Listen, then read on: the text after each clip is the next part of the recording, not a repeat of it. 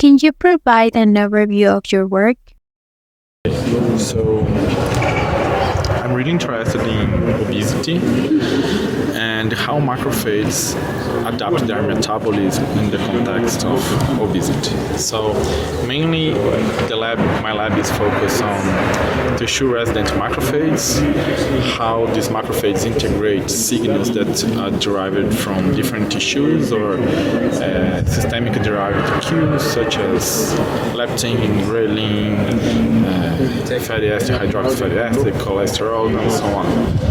And what we try to do is integrate these signals and try to understand how they modulate macrophage fitness to, for example, and how this affects the outcome of disease, how this modulates macrophages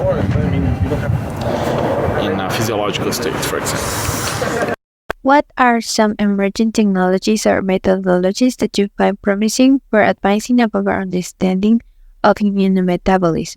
When we talk about immunometabolism nowadays, we have the Senate that was described some time ago. It's really promising. We cannot do immunometabolism, I think. Now we have a single cell technology, so single cell sequencing, and moving to spatial RNA sequencing, spatial transcriptomics, and even spatial metabolomics. So I think these types of methodologies will change a little bit the game in the area. Training immunity concept could redefine the perspective of immunologists on emerging. So, this was described by Mihaly several years ago. Trained immunity is important. So, our innate immune cells, they will respond better, they will have a better chance of clear the infection, and so on. So I think this is really promising, especially if you think about infections that maybe our innate immune system can clear the infection without triggering adaptive immunity. And this does happen in insects, so Drosophila, in mosquitoes, so they do have some type of trained immunity, and this type of trained immunity can even pass through their progenitors. Okay, this is one thing. We studied a different type of trained immunity we observed in COVID-19, and we studied in a context where if your homeostatic state is dysregulated, such as during obesity, for example, and if this primes your innate immune system, it induces a type of trained immunity that might not be beneficial because it may exacerbate an inflammatory response. And we do see the cytokine storm that happens in severe COVID-19 patients, and we do find that obese people develop this type of trained metabolic trained immunity. So I think we need to understand, still we don't know the mechanism underlying. We have some indications, but we still need to understand a little more about how it happens. How did your interest in the field of immunology arise?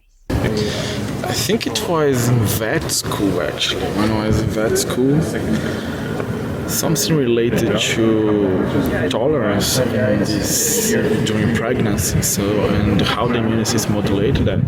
That's really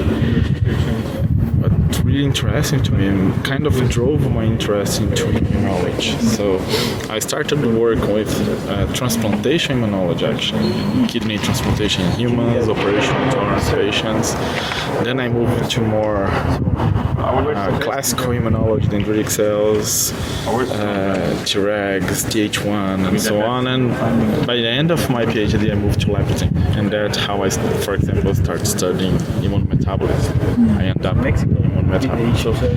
But everything started with what happens why the mother do not reject the fetus. Yes. So it's an example that tolerance, we can achieve tolerance. I think that's important. How do you think immunology is resolving the problems of low middle-income countries and Latin American countries? Tough question, because vaccine does improve the life of countries, low and middle income countries. If you think about the recent treatments, we are far from bring beneficial to these countries because these treatments are so expensive. So checkpoint blockades, CAR T cell treatments,